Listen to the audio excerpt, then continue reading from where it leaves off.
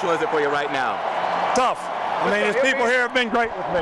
The Les Miles era of LSU football unofficially began in December of 2004 when the head coach Nick Saban announced he was testing the NFL waters with the Miami Dolphins a week before the Tigers squared off with Iowa in the Capital One Bowl in Orlando. Just 2 days after that 30-25 loss, LSU introduced the man who would lead the team for more than a decade.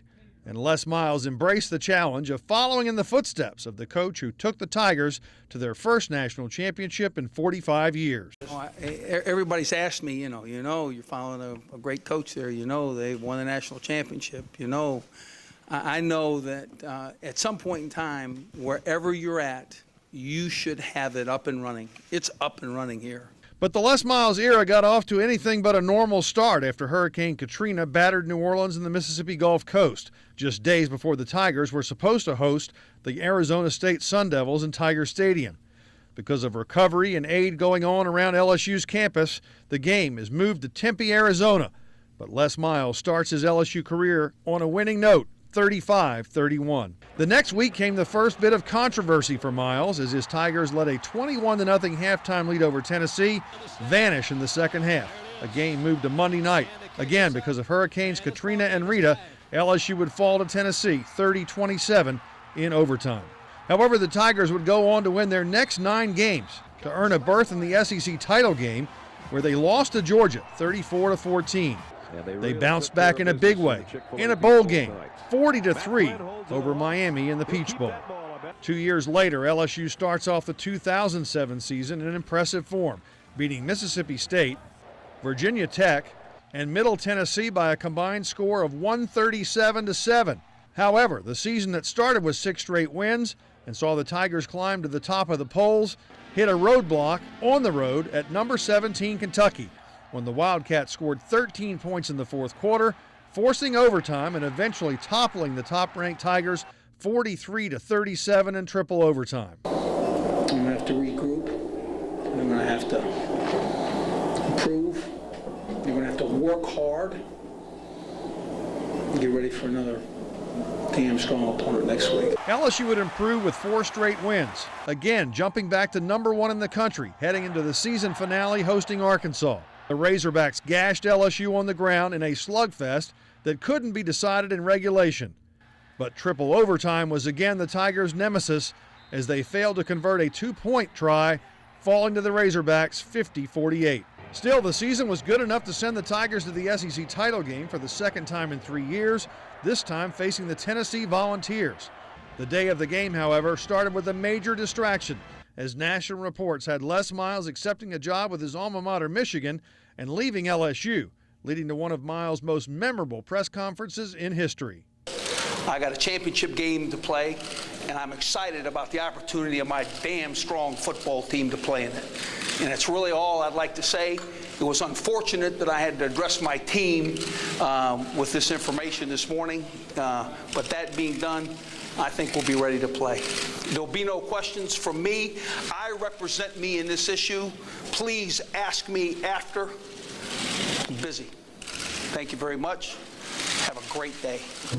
After the 21-14 win over the Vols, a series of unexpected and downright bizarre results meant LSU jumped back to number 2 and faced off against number 1 Ohio State for the BCS title.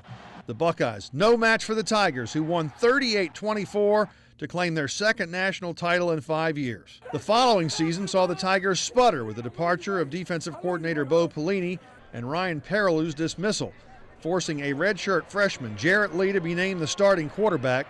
He threw 16 interceptions on the season, many returned for touchdowns as LSU finished 8-5. 2009 saw glimpses into 2 problems many LSU fans complained about with Les Miles: an anemic offense and poor clock management.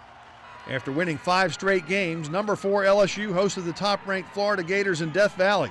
Despite all the pregame hype, the game really didn't live up to the billing, as Tim Tebow and company only needed 13 points to beat the Tigers 13-3. Later that season, we saw the first of several clock management issues.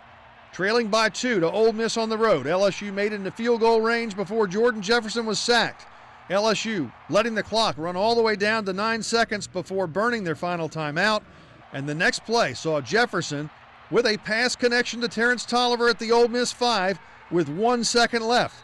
However, instead of trying to run a play into the end zone or get the kicker onto the field, Miles has Jefferson try to spike the football and time expires.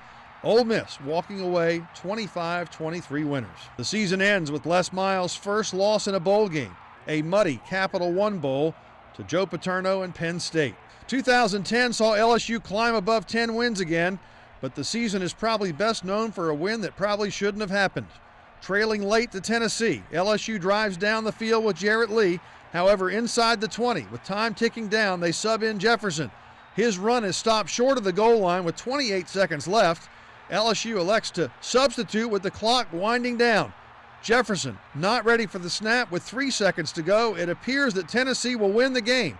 However, the replay shows that the substitution created confusion and Tennessee ended up with 13 players on the field. LSU given a second chance, and Stephen Ridley took the ball on the game's final play to score, giving LSU a 16-14 win. The next season, LSU led by an unbelievable defense, including current NFL stars Patrick Peterson and Tyrann Mathieu, rattled off 13 straight wins, including Alabama in what was dubbed the game of the century. However, the Crimson Tide got their revenge when it counted the most, a rematch with LSU in the BCS title game. Alabama's defense stifled Jordan Jefferson and LSU's offense, forcing 4 LSU turnovers, including a miserable pass from Jefferson, and holding LSU to just 92 yards of offense. The Tigers unable to even cross midfield until the fourth quarter when the game was out of hand. With the pass rush that we were getting, that we needed a guy that could move his feet and not sustain that pass rush. Did a great job covering our receivers. At times, stuff was in my face, so I had to scramble out the pocket. But they did a great job. They were coached very well. They stayed disciplined. In 2013, with big names running LSU's offense like Zach Mettenberger, Odell Beckham Jr., Jarvis Landry, and Jeremy Hill, Les Miles looked to have a good season in the making. However, a shootout loss between the hedges at Georgia and a blowout loss at Alabama meant the Tigers would end the season in the Outback Bowl, beating Iowa 21-14. 2014 saw more LSU offensive struggles as the Tigers escaped the season opener in Houston against Wisconsin, but then saw a furious rally under backup quarterback Brandon Harris fall short as the Tigers lost to Mississippi State for the first time since 1999. An overtime loss to Alabama, followed by a dismal performance on a cold Saturday in Arkansas, means LSU ended the season with 4 losses, and it became 5 losses after dropping a last-second game to Notre Dame in the Music City Bowl. Last season saw Brandon Harris take over for Anthony Jennings at quarterback and lead the Tigers to 7 straight wins to start the season. However, the Tigers unable to beat Alabama on the road, and then the wheels came off. LSU would lose by 17 to Arkansas in Tiger Stadium and demolished by 21 on the road at Ole Miss. Circulated reports that Miles was on the verge of losing his job as LSU's head coach. However, a season finale victory over Texas A&M and some backroom meetings during the game saw Athletic Director Joe Oliva announce that Miles wasn't going anywhere. The season's complete, and I want to make it very clear and positive that Les Miles is our football coach, and he will continue to be our football coach. Okay? Though some people wanted the offense to change, Les Miles made no such promises that night. The serious overhaul of the offense, does that include Leonard Fournette? Are we taking the running game out of the offense? Oh, okay, then basically there's not a serious overhaul because the motor seems to be pretty stinking strong, right? The offense didn't seem to change much to start 2016 as LSU's anemic performance on offense against Wisconsin was almost erased by a defensive touchdown, and then LSU's only offensive points on a short field after a Badger turnover. But a late Wisconsin field goal and this Brandon Harris interception gave Wisconsin the win. Danny Etling would see the field for the first time the following week, and after 2 Brandon Harris drives saw LSU fail to get a first down, Etling would lead the Tigers to wins over Jacksonville State and then Mississippi State before the defeat on the road at Auburn.